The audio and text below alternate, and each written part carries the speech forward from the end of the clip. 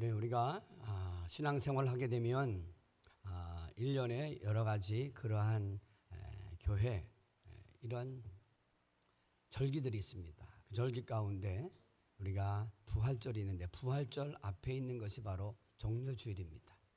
종려주일은 이스라엘 백성들이 예수님께서 예루살렘에 입성하실 때에 종려가지를 꺾어서 흔들면서 왕으로 영접했다고 하는 것을 의미하면서 기념하면서 종려주일을 지키게 됩니다.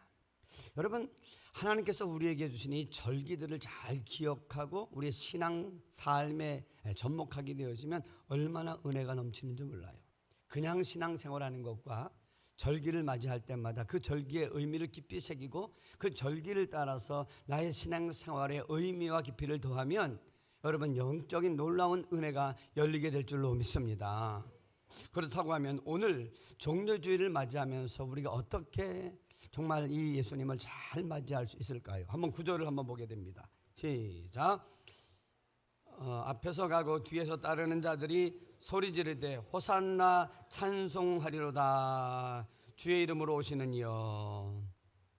여기 보면 예수님께서 예루살렘으로 입성하실 때에 많은 군중들이 제자들과 함께 벤가지, 요한복음 12장에 보면 종려나무 가지라고 이야기하는데 그 종려나무 가지를 꺾어서 예수님께서 오실 때에 여러분 흔들며 외치며 그냥 아주 영접하는 것을 보게 됩니다. 왜 그럴까요? 왜 그 나귀 타시는 분이 뭘 대단하다고 마차를 타고 오는 것도 아니고 휘황찬란하게 들어오시는 분도 아닌데 나귀 새끼를 타고 오는 그런 어찌 보면 우스꽝스러운 그 모습을 보면서도 그렇게 호산나 호산나 하면서 종려나무 가지를 흔들었을까요?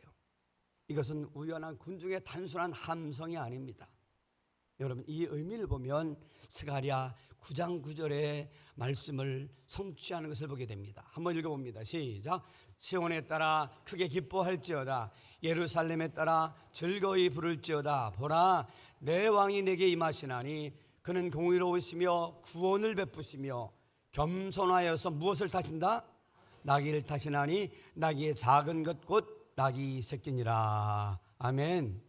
사람들이 볼 때에 나귀 새끼지만 그 나귀 새끼를 타고 오시는 분이 전혀 없었는데 그 나귀 새끼를 타고 오시는 주님을 볼 때 예수님을 볼 때 사람들의 마음속에서 떠오르는 것이 있었어요. 저분이 오병이어로 물고기 2마리와 보리떡 5개로 5,000명을 먹여도 남으시더니만 그리고 죽은 자를 살리시고 병든 자를 고치시고 눈먼 자를 눈뜨게 하시더니만 이제는 나귀 새끼를 타고 들어오시는 모습을 보니까 스가랴 선지자가 말씀했던 대로 저분이 왕이시구나. 누구시라고요? 왕이시다는 사실을 깨닫게 되면서 왕에 맞는 그런 예우로 어떻게 해요? 종려나무 가지를 꺾어서 호산나 호산나 외쳤다는 거예요. 여러분 성경에 보면 왕이 입성할 때에 나타나는 그 반기는 맞이하는 법이 있습니다. 그게 뭐냐면 시편 47편 1절인데 한번 보십시다. 다 같이 시편 47편 1절 시작. 너희 만민들아 무엇을 치고 손바닥을 치고 즐거운 소리로 하나님께 외칠지어다. 왕이 들어오실 때 맞이하는 두 법이 뭐냐면 여러분 환영하고 박수를 치는 것이라는 거예요. 여러분 생각을 해보세요. 우리 귀한 손님들 특별히 외국에서 귀한 분들이 올 때에 어떻게 합니까? 박수를 치고 태극기를 휘날리고 그리고 어떻게 해요? 맞이할 때 박수를 치면서 특별히 국회의사당에 들어오시거나 세미나에 오면 귀한 분들은 특별히 뭐 대통령이나 이런 분들 들어오시면 어떻게 합니까? 왜? 다 같이 벌떡 일어나서 앉아있는 분이 없어요. 다 같이 일어나서 여러분 들어오서 여기까지 쓰실 때까지 아니면 앉으실 때까지 뭐 합니까? 박수를 멈출까요? 안 멈출까요? 멈추지 않냐고 계속 박수를 칩니다. 여러분. 이게 왕을 맞이하는 그러한 예법이라는 거예요. 여기 보내 너희 만민들아 손바닥을 치고 즐거이 소리로 하나님께 외칠지어다 그럽니다. 열왕기하 11장 12절을 보면서도 요아스가 왕이 오를 때에 뭐라고 이야기합니까? 한번 읽어봅니다. 시작. 박수하며 왕의 만세를 부르니라. 뭐 했어요? 두 가지? 박수하며 만세를 외쳤다는 거예요. 여러분 정말 예수 그리스도가 여러분의 왕이십니까? 사망 권세를 깨뜨리시고 여러분에게 영원한 생명을 주신 왕이 맞습니까? 그들이 뭐라고 외쳤습니까? 호산나 호산나 외쳤습니다. 호산나의 뜻이 무엇입니까? 우리를 구원하소서. 여러분, 우리를 구원하시는 분 누구십니까? 여러분, 예수밖에 없어요. 온 인류 역사 가운데 우리의 죄를 담당해 주시고, 그리고 죄가 없으신 분이, 여러분, 우리를 위하여서 십자가의 대속의 피를 흘려주신 분은 오직 예수밖에 없음을 믿습니다. 그래서 사도행전 4장 12절은 이렇게 말씀합니다. 우리 다 같이 읽어봅니다. 시작. 다른 이로서는 구원을 받을 수 있다 없다? 없나니 천하 사람 중에 구원을 받을 만한 다른 이름을 우리에게 주신 일이 있다 없다? 없음이라 하였더라. 여러분, 구원 얻을 만한 이름을 준 그러한 생명이, 그런 인물이 역사 가운데 예수밖에 있어요 없어요? 단 한 사람도 없다는 거예요.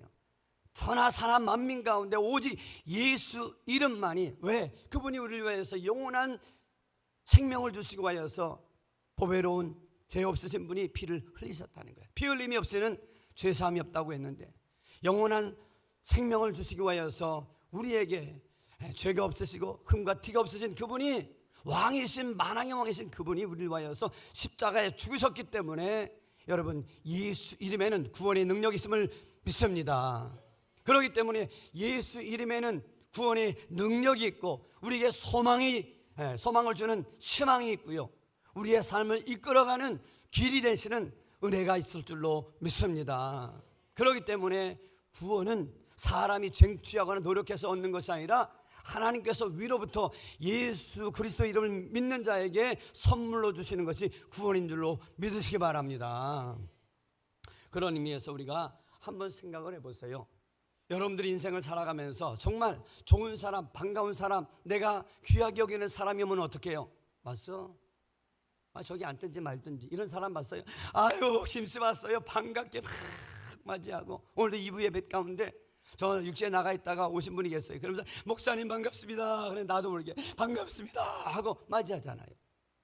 그렇게 반가운데 심지어 왕이신 그분이 우리 가운데 오시는데, 여러분, 함성이 터지지 아니하고 박수갈채를 보내지 아니하고 우리가 환영하는 그런 분위기를 만들지 않는다고 하면, 여러분, 하나님 앞에서 무엇하는 겁니까? 불순종하는 거예요. 뭐라 그랬어요? 시편 47편 1절에 너희 만민들아 뭐하라? 손바닥을 치면서 즐거이 하나님께 외칠지어다. 여러분, 명령이에요. 하나님의 명령. 왜? 이사야 43장 21절에 분명히 말씀하셨습니다. 하나님께서 온 세상 사람들을 내가 내 백성을 지었나니, 뭐 하시려고, 어떤 목적을 가지고 우리를 지으셨대요? 여기 주의자 있으니까 물어보겠습니다. 찬양 주의하는데 하나님 우리를 지으신 목적이 뭐라 그랬어요? 찬송하게 하렴이라. 목적이 있으셨다는 거예요. 그렇기 때문에 우리는 하나님을 찬양하는 것이 맞는 줄로 믿습니다.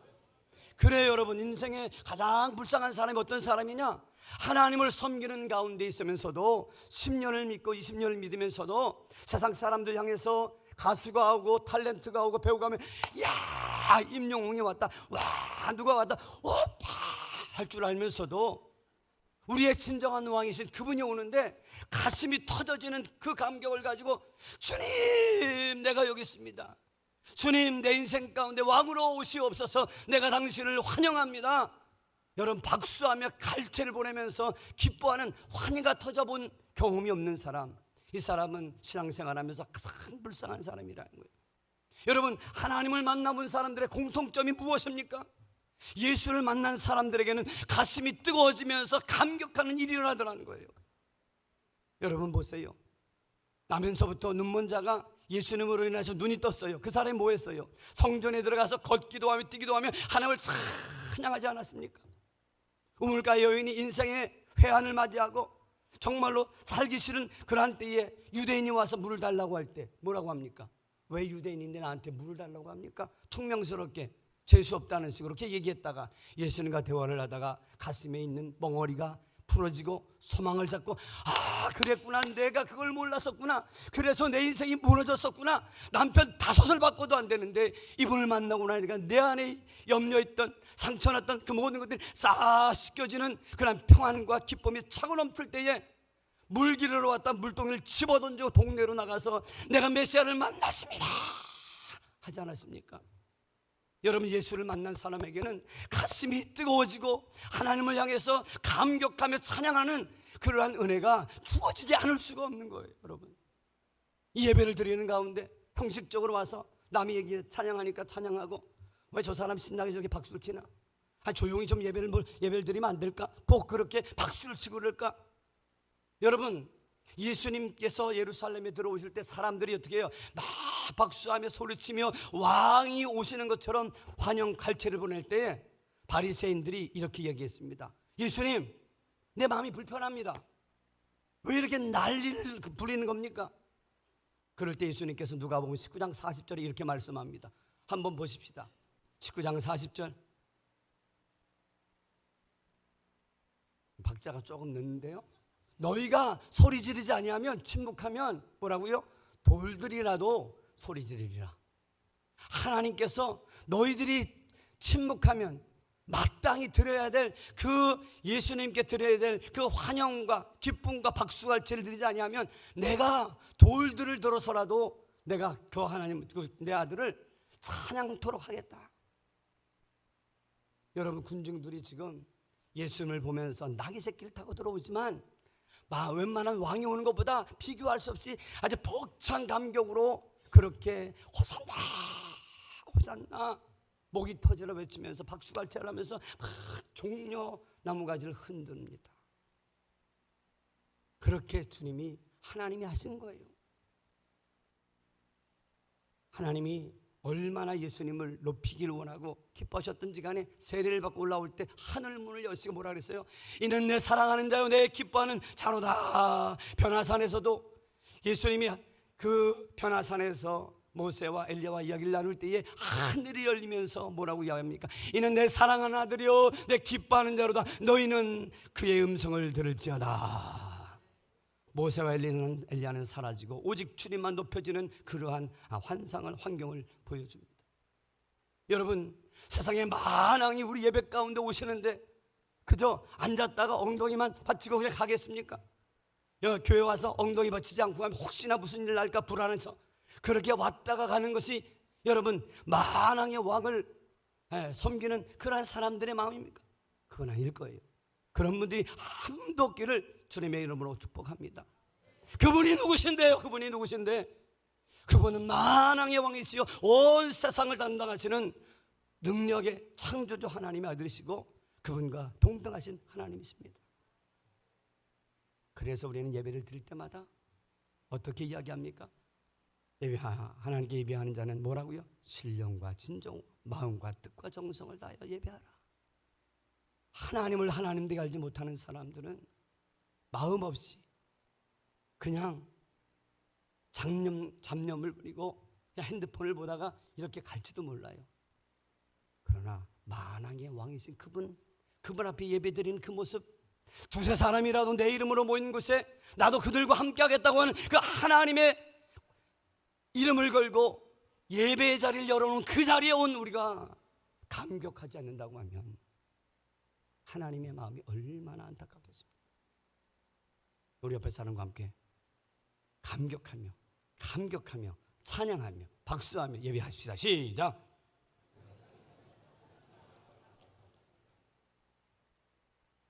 찬양대도요, 찬양을 착 하잖아요. 그러면 우리가 그냥 지켜보고 잘했나 못했나 하지만 할렐루야 잘했으면 이 사람들이 자랑을 떠나서 하나님께 올려드리는 거예요.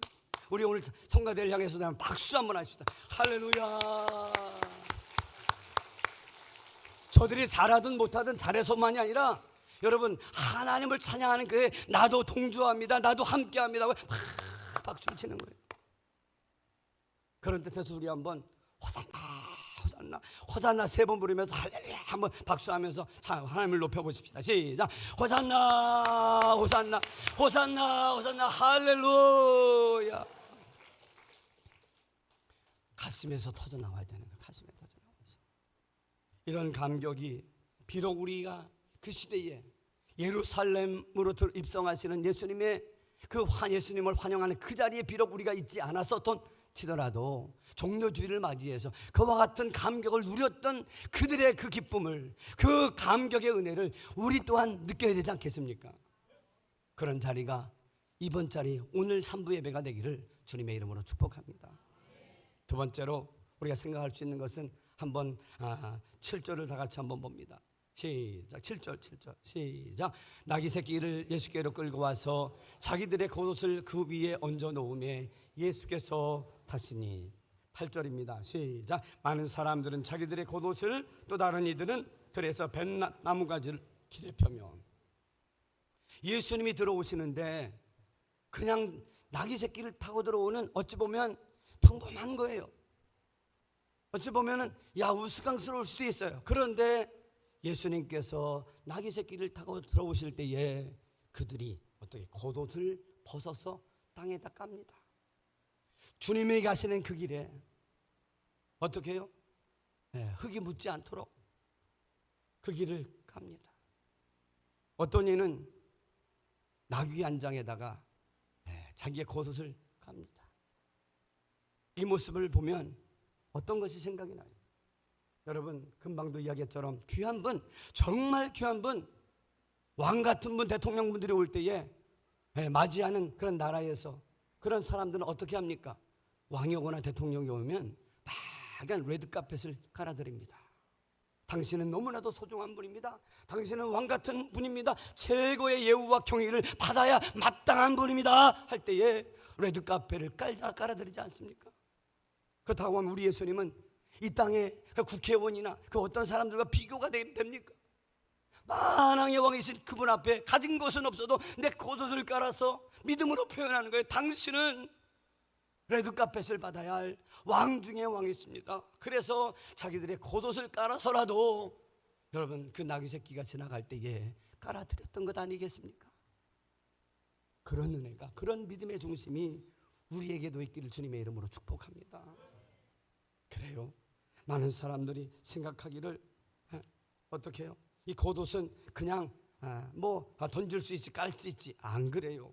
여러분 출애굽기 22장을 한번 보십시다. 출애굽기 22장 한번 봅니다.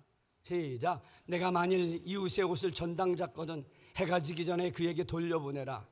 그것이 유일한 옷이라. 그것이 그의 알몸을 가릴 옷인즉 그가 무엇을 입고 자겠느냐? 그가 내게 부르짖으면 내가 들으리니 나는 자비로운 자임이라. 여러분 유대 사람들에게는, 그 고대 유대 사람들에게는 겉옷이 그냥 겉옷이 아니에요. 오늘날 우리처럼 이렇게 이것저것 많이 입을 수 있는 것이 아니라 옷이 귀한 그때의 겉옷은 그들의 생명과도 같은 귀한 것이었어요. 그래서 낮에는 더위를 가리고, 그리고 저녁에는 추위를 막아주는 것이었기 때문에 만약에 누가 전당 잡혔다고 하면 밤에는 돌려주라는 거. 왜? 밤에 추위와 씨름하다 그 사람이 죽을 수도 있으니까 그런 일이 없도록 하라. 만약에 죽을 것 같아서 내게 부르짖는다고 하면, 여기 보니까 내게 부르짖으면 내가 들으리니 그 값을 너희에게 물으시겠다는 거예요. 그러니까 그 외투는, 그 겉옷은 그냥 겉옷이 아니라 그들의 생명과 연결될 정도로 소중한 것이었다는 거예요. 그런데도 불구하고 그들이 예수님께서 나귀 새끼를 타고 들어가실 때에 뭐라고요? 그렇게 생명과도 같은 소중한 것을 미련 없이 벗어서 깔아드렸다는 거예요. 혹시 이 바로 앞에 있는 본문을 아십니까? 나귀 새끼에 대한 이야기를 들어보셨습니까? 예수님께서 예루살렘으로 들어가시기 전에 제자들에게 부탁합니다. 너 저 맞은편에 가서 이제 나귀 새끼가 묶여 있을 텐데 그 나귀 새끼를 풀어가지고 와라. 혹시 그 주인이 무엇에 쓰려고 하느냐 하면 이렇게 얘기하라. 주가 쓰시겠다 하라. 가보니까 기가 막히게 예수님께서는 어떻게 그 맞은편에 가보지도 않으시고 한 번도 타보지 않은 나귀 새끼가 묶여있다는 사실을 알았을까요? 우리 주님은 우리의 모든 생각과 처지와 형편을 다 아실 줄로 믿습니다. 놀랬을 거예요. 그런데 또 놀라운 것은 이것을 풀어가지고 오는데 주인 옆에 있다가 무엇에 쓰시려고 합니까? 하니까 주가 쓰시겠다 할 때 미련 없이 그것을 풀어가도록 허락해 주더라는 거예요. 왜 그랬을까? 따라봅니다. 주가 쓰시겠다. 주가 쓰시겠다고 하는 그 말씀 앞에 주님이 쓰시겠다. 내가 그렇게 은혜를 받았던 그분이 쓰시겠다. 그러면 나귀새끼든 그 어떤 것이든 당신의 목적대로 쓰시옵소서. 그리고 내어드렸다는 거예요. 아니, 그것을 넘어서 여러분 아시잖아요. 예수님께서 시몬의 집에 들어가서 말씀을 전하실 때 한 여인은 향유 옥합을 가져와서 그 귀한 300데나리온에 다는 그 향유 옥합을 어떻게 했습니까? 깨뜨려서 주님 앞에 드렸어요. 그의 어찌 보면 결혼 자금이었는지도 몰라요. 자기의 소망이었는지 몰라요. 전재산이었는지도 몰라요. 그런데 불구하고 예수님을 위하여서 그 향유컵을 깨뜨렸다는 그 마음, 여러분 그것은 진정 주님을 사랑하는 마음일 뿐만 아니라 주님이 얼마나 귀한 것인지 알았기에 그의 삶에 예수를 만나고 나서 변화가 일어난 거예요. 여러분, 주님을 만난 사람들의 분명한 공통점이 뭐냐면 따라봅니다. 가치에 변화가 일어나고 만다. 정말 예수를 진정 만난 사람은 이런 찬양을 드리잖아요. 주 예수보다도 귀한 것은 있다 없네? 없네. 정말이십니까? 예수를 만나고 나니까 그렇게 소중했던 나귀, 어찌 보면 그의 자산이었을 거예요. 그것을 통해서 자기의 꿈을 키우는 그러한 꿈이었을 거예요. 그런데 그것보다도 자기에게 소중하게 여기던 금 하나밖에 없는 겉옷까지도 주님을 위해서 내어드리고 향유값을 내어드리는 것은 그들의 마음속에 예수를 만난 다음에 가치의 변화가 일어난 거예요. 어떤 변화냐? 내 물질보다 시간보다 탤런트보다 그 어떤 것보다 예수보다 귀한 것은 있다 없다? 없다는 그러한 변화가, 고백이 자리했기 때문이라는 거예요. 여러분, 인생은요, 마음에 무엇을 두고 사느냐, 인생의 가장 귀한 것이 무엇인지를 마음에 두고 사느냐에 따라서 인생은 달라지게 돼 있어요. 하나님께서 말씀하시죠. 부자야, 내가 쌓은 모든 것 다음에는 내 곡간을 더 크게 줘서 이렇게 살리라. 다음에는 어디 가서 다 장사하리라, 일을 벌이라. 그런데 이 밤에 내 생명을 내가 가져가면 이 모든 것이 네 것이 되겠느냐? 여러분, 가치의 변화가 일어나요. 여러분 생각을 해보세요. 우리가 만일 귀한 분, 내가 사랑하는 분, 정말 존귀하게 여기는 그분이 내 집에 오시겠다고, 방문하시겠다고 하면 우리가 어떻게 합니까? 그냥 지나가던 사람처럼 대접하고 그냥 왔다 가세요 할까요? 아니에요. 그분이 온다는 것 때문에 우리의 마음이 들뜹니다. 그리고는 어떻게 준비해야 될까? 집안을 청소할 뿐만 아니라, 그리고 맛있는 음식이라도, 없는 살림이라도 무엇인가 준비하고 맛있는 음식, 최고급의 음식을 준비해서 그분이 뭘 좋아하시나 생각해서 음식을 준비할 거예요. 더 나아가서 조그만 선물이든 하여튼 귀한 선물이라도 하나 준비해서 그분을 기쁘시게 하려고 할 겁니다. 하물며 만왕의 왕 되신 주님, 내 생명의 주인 주님, 버림받아야 마땅하고 그리고 죽어야 마땅하는 영원한 죄인인 나를 위하여서 이 십자가를 지시고 해서 이 땅에 오시는 그 예수, 비록 허름한 모습으로 나귀 새끼를 타고 지금 예루살렘으로 지나가지만 이틀 후면 십자가에서 처절하게 죽으실 그분이지만 성경은 우리에게 뭐라고 말씀합니까? 그들의 헌신을 통해서 나귀 새끼라도 향유옥합이라도 겉옷이라도 내어드리는 그 모습을 통해서 뭐라고 말씀하기를 원하십니까? 그분은 비록 허름한 모습으로 십자가에 달려 돌아가시는 그러한 길을 가고 있지만 그분은 진정 우리에게 영광을 받을, 우리의 생명보다도 소중한 그러한 왕이시다. 그분은 주님이시다. 그런 사실을 우리에게 명확하게 말씀해 주고 있는 거예요. 오늘 여러분, 우리가 예배드리는 이 예배 하나하나가, 어린아이들에게 물어봐요. 예배를 드릴 때마다 이 자리에 하나님은 어디 계시냐? 우리 주님 어디 계시지? 저기 하늘에 계세요. 하늘에만 계실까요? 오늘 여러분, 예배드리는 두세 사람이 내 이름으로 모신 곳에 나도 그들과 함께 하겠다. 우리의 마음에 있을 뿐만 아니라 여러분, 주의 이름을 찬양하고 예배하고 기도하는 이 은혜의 예배의 자리에 계시는 줄로 믿습니다. 그렇다고 하면 여러분의 박수 하나, 기도 한 목소리 하나, 그리고 여러분들이 드리는 그 하나하나가 그냥 되는 게 아니에요. 여러분, 만왕의 왕께 드리는 예식이 되고 있다는 사실이에요. 어떤 한 군사님이 몸이 안 좋아서 진단해 보니까 참 심각한 것이에요. 그래서 가서 의사의 얘기를 따라서 큰 수술을 했습니다. 수술을 하고 나서 한 달 여간에 지나서 그래도 잘 퇴원하게 됐어요. 근데 그분이 가장 하고 싶은 게 뭔지 아닙니까? 교회 가서 금요 기도회 때 예배 드리고 기도하는 거예요. 마음껏 찬양하고. 그런데 나가서 교회 갔다 보니까 몸이 한 달 동안 누워있고 하다 보니까 몸이 말을 안 듣는 거예요.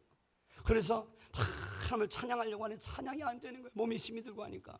그래서 답답해가지고 막 가슴을 치다가 순간 쭉 하고 싶은데 안 되니까 목도 안 나오고 심도 안 나고 근육도 빠지니까 자기도 모르게 그냥 박수를 치면서 하나님 하면서 소리는 안 나오는데 막 박수를 치면서 내가 하나님을 찬양합니다. 당신은 나의 왕이십니다. 속으로 막 박수를 치는데 놀라운 것은 이 박수라고 하는 것이 여러분 히브리어로 다 따라해봅니다.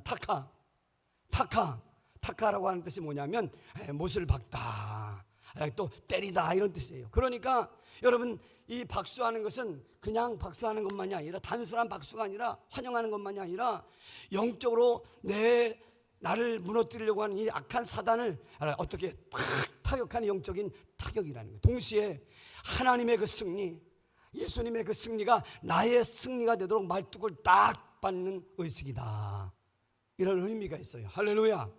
그러니까 박수를 한다는 것이 그냥 칠렘 치고 말렘 말라는 것이 아니라 그 박수를 치는 가운데 어떻게 해요? 악한 사단이 나로부터 탁탁 두들겨 맞는 것이고 동시에 예수의 그 승리가 내 승리가 되어지도록 딱 말뚝을 박아버리는 의식이 바로 박수라는 거예요.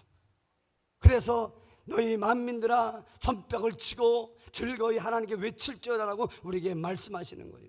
그런데 그분이 할 수 없으니까 입은 안 나오고 하나니까 막 박수를 치는데 자기도 모르게 박수를 치는 가운데 어떻게 막 몸이 풀리는데 자기를 묶고 있던 그런 어둠의 권세와 불안과 초조와 많은 것들이 싹 밀려나가면서 갑자기 음성이 터지는데 할렐루야 호산나 하는 음성이 터져 나오는데 그렇게 묶였던 몸들 모든 것들이 싹 풀려지면서 세상이 줄 수 없는 평안이 밀려들게 되어지더라는 거예요. 할렐루야. 하나님께 박수 한번 올려드립시다. 여러분 이것이 바로 박수의 능력이고 박수 안에 여러분 들어있는 권세예요. 여러분 따라해봅니다. 예수의 승리, 내 승리, 예수 권세, 내 권세. 이것이 되어지는 건 뭐냐면 하나님을 향해서 찬양하고 박수하며 그 하나님을 왕으로 높일 때 일어나는 일이라는 거예요. 그렇기 때문에 그들은 내 겉옷을 벗어드리고 그리고 내 소중한 것들을 주님 앞에 드릴 때 그들의 마음이 어떤 마음이었을까요? 여러분 정말 감격스러운 영광스러운 마음이었을 거예요. 내가 붙들고 있었으면 하나의 작은 낙이 짐승 새끼였을 거예요. 내가 붙들고 있고 있으면 그것이 시간이 지나가면 낡은 겉옷이 될 뿐일 거예요. 그러나 그들이 주님 앞에 낙이 새끼를 드리고 겉옷을 깔아 드릴 때에 그것은 어떻게 해요? 따라해봅니다. 왕의 대로가 됐다. 왕의 영광스러운 대로가 된 거예요. 내 겉옷이, 내 낙이 새끼가 온 인류를 통치하시는 그 만왕의 왕 되신 그 주님이 지나가시는 영광스러운 길을 열어놓는 왕의 대로에 쓰임받는 귀한 그러한 삶이 된다는 거예요. 그렇기 때문에 오늘 바라기는 여러분 함성을 넘어서 고독까지 가기를 주님으로 축원합니다. 많은 성도들이 주님 앞에 드리는 사람도 있어요. 그런데 함성을 못해요. 어떤 분은 함성은 하는데 고독까지 가지를 못해요. 우리는 함성도 지를 수 있고 박수도 주님 앞에 보낼 수 있고 겉옷도 주님 앞에 드리는 그 영광스러운 기쁨, 그 감격을 빼앗기지 않는 은혜의 삶을 살기를 주님의 이름으로 축복합니다. 결론의 말씀을 드립니다. 10절을 다 같이 한번 보십시다. 10절입니다. 시작. 찬송하리로다. 오는 우리 조상 다윗의 나라여 가장 높은 곳에서 호산나 하더라. 놀라운 것은 겉옷을 깔아드리고 박수하며 환호성을 지르며 종려나무를 막 흔드는 그 기쁨의 감격으로 주님을 맞이했더니만 그들의 눈이 화쩍 열립니다. 뭐라고요? 여기 보니까 찬송하리로다. 오는 조상 나라엔 다윗의 나라요. 다윗의 나라는 이미 무너졌어요. 없어졌어요. 그런데 그들이 이렇게 꿈에 그리던 그 다윗의 나라가, 하나님의 나라가 이 땅 가운데 임하는 것이 지금 보여지는 거예요. 할렐루야. 여러분, 믿음은 말하는 것들이 실상에 보지 못하는 것들이 증거라 그랬어요. 내가 하나님을 높이는 가운데 지금 내가 가진 것이 없어요. 얻는 것이 없어요. 지금 내 몸은 연약해요. 그런데도 불구하고 하나님을 찬양하는 가운데 우리의 믿음의 눈이 열리면 이렇게 고백하게 되는 거예요. 뭐라고요? 다윗의 조상의 나라가 이곳에 임하고 있습니다. 그것도 가장 높은 곳에서 지금 찬송을 받도록 세워지고 있습니다. 바라기는 여러분, 우리가 찬송할 때에 올해 우리가 표어가 뭡니까? 이 산지를 내게 주소서라고 하는 표를 우리에게 주셨는데, 이 산지를 내가 정복하는 것, 내가 그 정복해서 그곳에 가서 마음껏 즐기고 놀고 야 복 받았다 그러기 위해서 우리에게 예배 드리는 것입니까? 그런 것을 넘어서죠. 어떻게 해요? 네, 그곳에 만왕의 왕 되신 분, 그분을 모시고 이곳에 초막이나 궁궐이나 내주에서 모신 것은 하늘나라, 할렐루야, 하나님의 나라에서 감격하는 그 즐거움을 빼앗기지 않도록 여러분 누리는 거예요. 그런 놀라운 하나님의 나라가 내 가정 가운데, 생애 가운데 열리는 거예요. 여러분들이 깔아놓은 그 겉옷을 입고 고민했던 마음들, 상처난 마음들, 질병, 그리고 수없는 많은 저주와 한탄 속에 살아갔던 그 겉옷, 그것을 주님 앞에 깔아놓으니까 주님이 지나가실 때에 안병이 떠나가게 되어지고, 할렐루야, 우리의 모든 염려가 사라지게 되어지고, 그리고 우리 안에 있던 묶였던 모든 그 사슬들이 다 끊어지고, 그런 놀라운 역사들이 일어나게 될 줄로 믿습니다. 저는 지난번에 왕가 사는 남자 그 영화를 보면서 눈물이 나더라고요. 제가 또 특별히 엄지 아닙니까? 그 어몽도가 어떻게 해요? 그 단종이 죽어가는 그곳에 마지막 정을 느끼면서, 그 어찌하든지 간에 인간의 정을 느끼면서 자기 자식이 잘 되게 하려고 하다가 그렇게 단종을 섬기는데 정말로 비운의 결과가 오지만 그까지 나라의 명이 뭐였습니까? 누구라도 그 신을 거두거나 건드리면 3대를 멸종한다 그랬는데, 그래도 몰래 가서 그것을 참 수습합니다. 그리고 나니까 200년이 지나서 여러분 나라의 충의공으로 여러분 인침을 받고 공적 판서가 되어지고 참판이 되어지고 영원 엄씨의 영광스러운 문화의 시조가 됩니다. 하물며 인간에게도 그 작은 그것을 수습하고 그런 것의 역사가 우리에게 증명하는데, 하물며 우리가 만왕의 왕 되신 그 하나님을 내 작은 정성으로, 내 겉옷으로 주님을 섬긴다고 하면, 우리 하나님이 빚지고 못 사시는 그 하나님께서 여러분 우리를 그냥 내버려 두시겠냐고. 오늘 여기 보니까 따라해보면 높은 곳에, 가장 높은 곳에서 찬송하리로다. 여러분, 하나님을 높이는 자 하나님 높이십니다. 하나님이 높이시면 낮출 자가 없고, 하나님이 낮추면 높일 자가 없는 줄로 믿습니다.